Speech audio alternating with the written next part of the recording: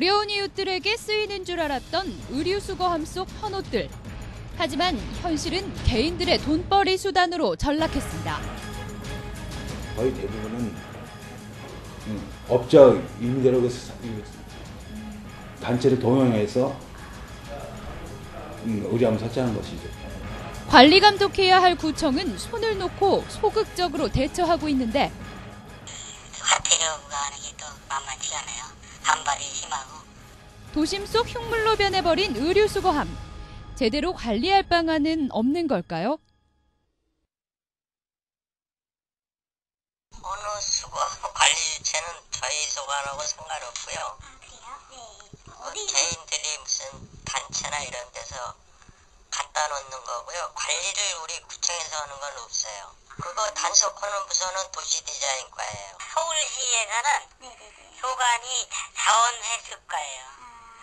자원순환과. 그러니까 엄격히 따지면 청소과가 거기 주관과니까 거기서 해야 되는 거죠. 근데 저희는 이제 도로에 나와 있는 방치됐거나 지저분하고 뭐 이런 민원 들어온 수거하면 저희가 철거하고 있거든요. 관리는 거의 안 되고 있는 거고요. 그분들이 막 갈고 빼고 이러면 우리가 안 하고. 의류수거함을 불법 적치물로 간주해 철거하는 지금의 방식으로는 철거와 설치가 반복될 수밖에 없습니다.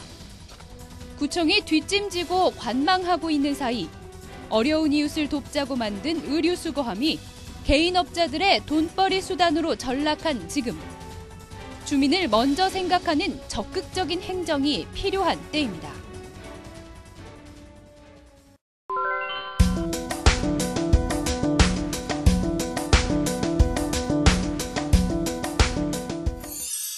인천시는 400억 원을 투입해 승기천을 자연형 하천으로 조성했습니다. 철새가 날아들게 한다며 수백억 원을 투입했는데요. 세계 물의 날을 맞아 점검해보니 문제는 한두 가지가 아니었습니다. 이형구 기자가 심층 취재했습니다.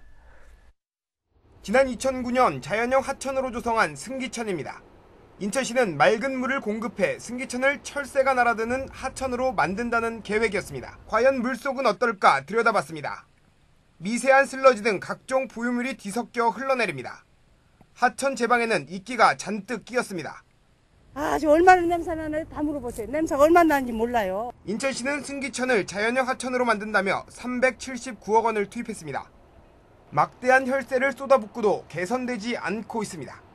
분명 유지 용수를 공급하고 있는데 왜 수질이 나쁠 수밖에 없는지 취재했습니다. 우선 수질을 결정하는 물의 양이 턱없이 적다는 겁니다.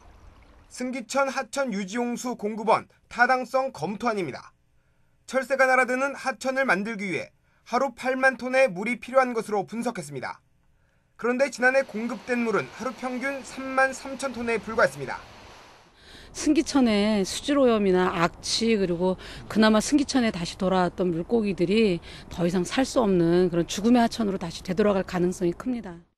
유지용수 확보 방안은 당초 계획부터 잘못된 것으로 드러났습니다. 만수하수 처리장에서 생산되는 처리수는 하루 평균 7만 톤입니다.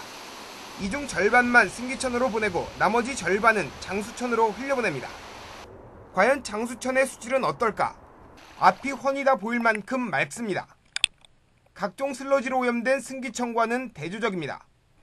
그런데도 처리수를 절반씩 나눠 보내는 건 구조적인 문제 때문입니다.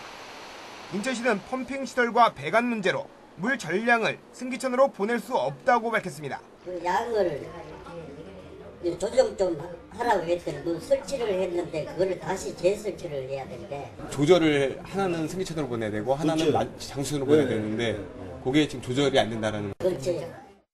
수백억 원의 혈세를 투입하고도 승기천 관리엔 뒷짐을 지고 있던 인천시.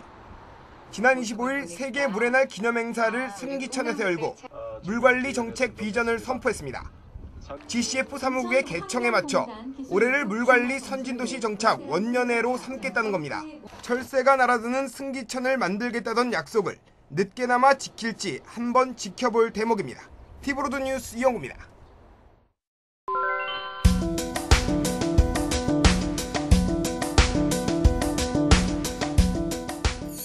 광주 시내버스 노선의 지역별 편차에 대한 불만이 커지고 있습니다. 자가용이 없으면 좀 오기 힘들고 날도 추운데 차가 너무 많아가지고. CMB가 지리정보 시스템 전문 업체인 GIS 유나이티드와 함께 광주 지역 버스 노선을 분석한 결과 인구 10만의 동구는 버스 노선이 53개나 됐지만 인구 38만의 광산구는 37개에 불과했습니다. 이 같은 실태에 대해 자치구가 지리정보 시스템까지 활용해 개선책을 요구하고 있지만 과연 언제쯤 이뤄질지는 미지수입니다. 광산구를 제외한 4개 자치구의 노선은 촘촘한 반면 광산구 지역은 빈약하기만 합니다. 특히 광산 지역을 상하로 잇는 노선은 타 자치구로 향하는 좌우 노선보다 턱없이 부족한 실정입니다.